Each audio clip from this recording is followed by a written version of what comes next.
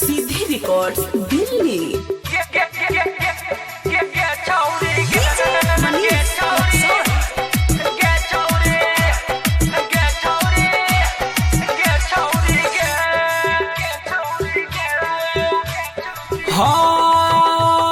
चढ़ली जवानी में चल उतान गए तोरा खिलाई दरभंगा के पान गए बन जो तू हमर जान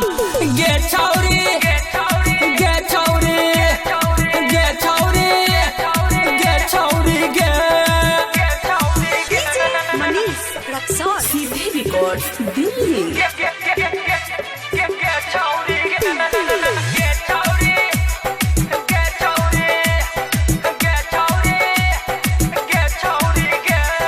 नया नया कपड़ा में लागै टिक गए गाल छौरी गोरे गोरे लागै छौ नीक गए नया नया कपड़ा में लागै टिक गए गाल छौरी गोरे गोरे लागै छौ नीक गए नया नया कपड़ा में लागै टिक गए गाल छौरी गोरे गोरे लागै छौ नीक गए नया नया कपड़ा में लागै टिक गए गाल छौरी गोरे गोरे लागै छौ नीक गए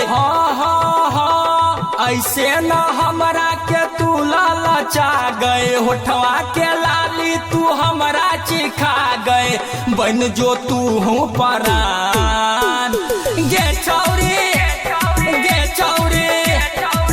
छौरी गे छौरी गे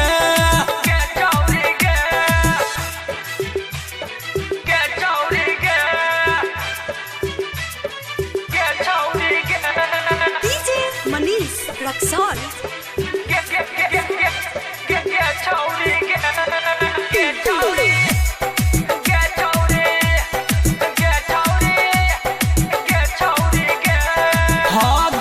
कोचिंग क्लास में तो चले हो चर्चा केतेक शरीर पर तू करे छे खर्चा कोचिंग क्लास में तो चले हो चर्चा केतेक शरीर पर तू करे छे खर्चा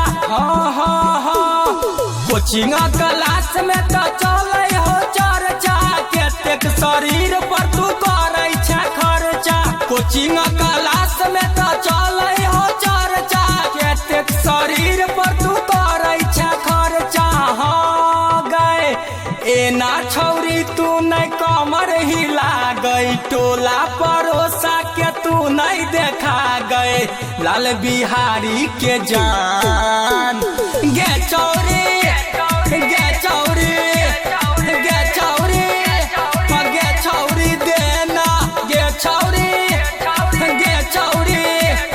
गे छौरी गे छौरी चलना गे। सीधे रिकॉर्ड्स दिल्ली।